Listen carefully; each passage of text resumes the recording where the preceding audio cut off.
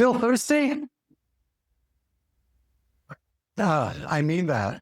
Think about the last time you were actually thirsty. Now, not just a little dry, but genuinely needing something to drink. There's nothing else in your mind in that moment. You'd do almost anything for it, right? Now, here's what's wild. In the middle of a massive festival crowd with religious leaders plotting against him and guards sent to arrest him, Jesus stood and said in a loud voice, "If anyone's thirsty, come to him and drink." And not just physically thirsty. He's talking about something deeper, something every single person in that crowd was searching for, whether they realized it or not. But here's what's even more surprising. The moment he says it, the crowd doesn't unite around him. No, they split. Some believe him completely, while others want him arrested on the spot. So stick around, because by the end of this, I want you to ask yourself honestly, are you still thirsty? Welcome to Bible Breakdown with Ronald. I'm Ronald, and this channel is where we go through the Bible verse by verse in plain everyday language that we can all follow. Today we're in John chapter 7, verses 31 to 52. And if you enjoy this kind of Bible breakdowns, hit the subscribe so you can follow along, all right? Let's get into it. So to catch you up, we're still in the middle of the feast in Jerusalem, and the tension around Jesus keeps climbing. The last time, he'd already stood up in the temple courts and taught in a way that stunned everyone, given he'd never been trained under any of the recognized rabbis. So now the crowd is starting to split over who he actually is. Some are convinced that he's the Messiah, others aren't so sure. And that split gets the attention of the religious leaders who sent temple guards to go and arrest him. But here's the thing, Jesus doesn't back down or hide. And so on the last greatest day of the festival, with guards already sent to him, he stands up in front of everyone and makes one of the boldest invitations in the whole gospel. And what happens after that? Well, it splits the crowd even further, and it puts the religious leaders themselves in an uncomfortable spot.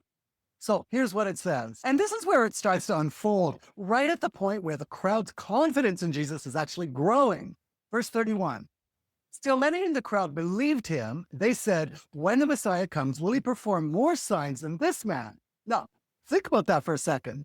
These aren't casual bystanders. These are people who've been watching Jesus do miracle after miracle, and they're asking each other the very question the text records. When the Messiah comes, will he really do more than this man has already done? But not everyone's convinced. In fact, the opposite is happening at the very same time. Verse 32. The Pharisees heard the crowds whispering such things about him. Then the chief priests and the Pharisees sent temple guards to arrest him. So while part of the crowd is leaning toward faith, the religious leaders are moving toward arrest. That's how divided this moment is. And Jesus knows exactly what's happening around him. Verse 33 and 34, Jesus said, I am with you only a short time, and then I am going to the one who sent me.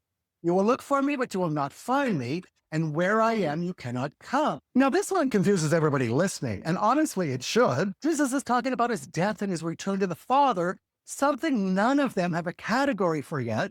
He's telling them plainly that his time is limited. And here's what's worth sitting with. Jesus already knew exactly how much time he had. He wasn't caught off guard by the cross. He walked toward it on purpose.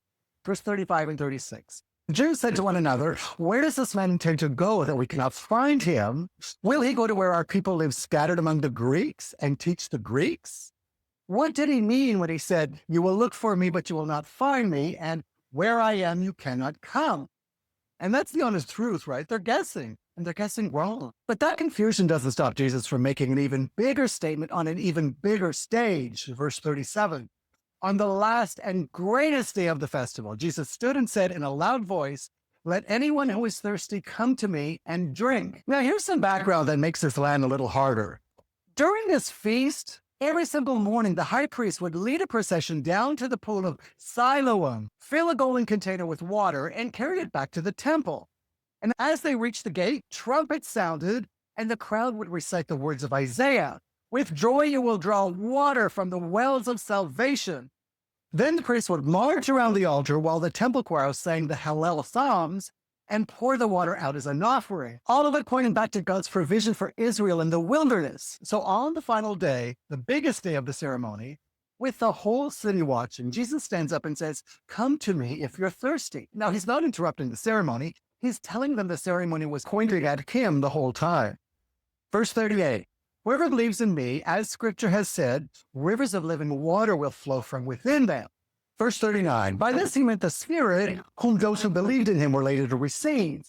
Up to that time, the Spirit had not been given, since Jesus had not yet been glorified. Now, Jesus isn't offering a one-time drink here. The prophets Ezekiel and Zechariah had both pictured a day when living water would flow out and bring life wherever it went. And Jesus is standing in the middle of that ancient water ceremony saying, the day is here, and it's me. Thirst, come, drink. That's the whole gospel in 3 words. Thirst, come, drink. You recognize the need, you come to the source, and you receive what you couldn't get anywhere else. Now, not everyone responds the same way. Verse 40-41, on hearing his words, some of the people said, surely this man is the prophet.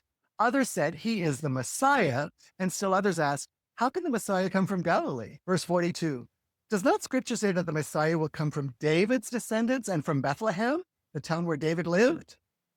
Now, this is almost sad when you think about it. These people were debating geography when the truth is Jesus is actually born in Bethlehem, and they just didn't know it.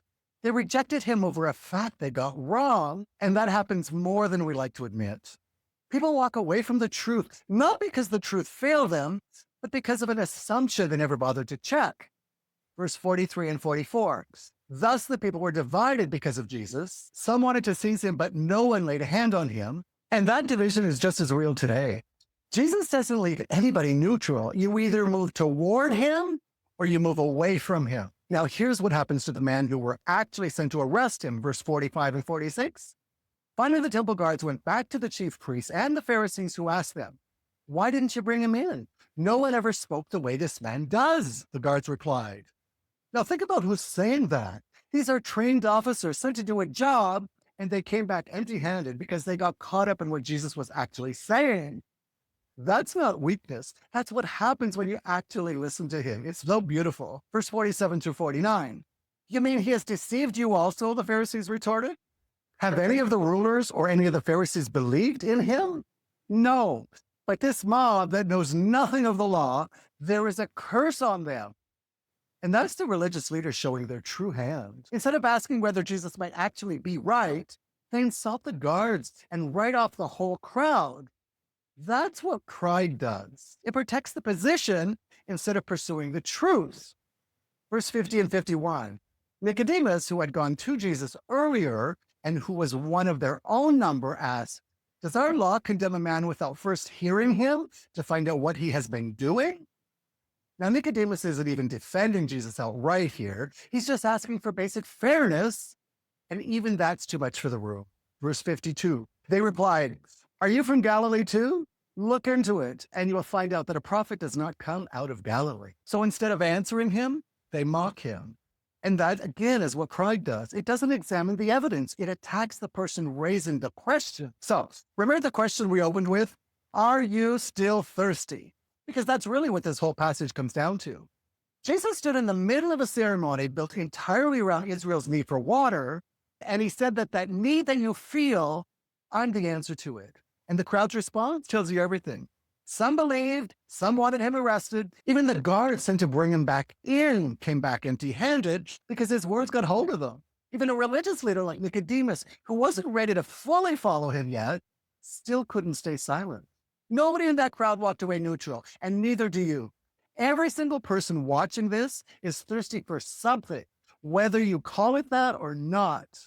The question isn't whether you're thirsty, it's whether you're willing to admit it and go to the one place that actually gets satisfied. So here's what I want you to walk away with this week. Whatever you've been searching for, whatever has been leaving you empty, no matter how much of it you get, Jesus is telling you the same thing he told that crowd 2,000 years ago.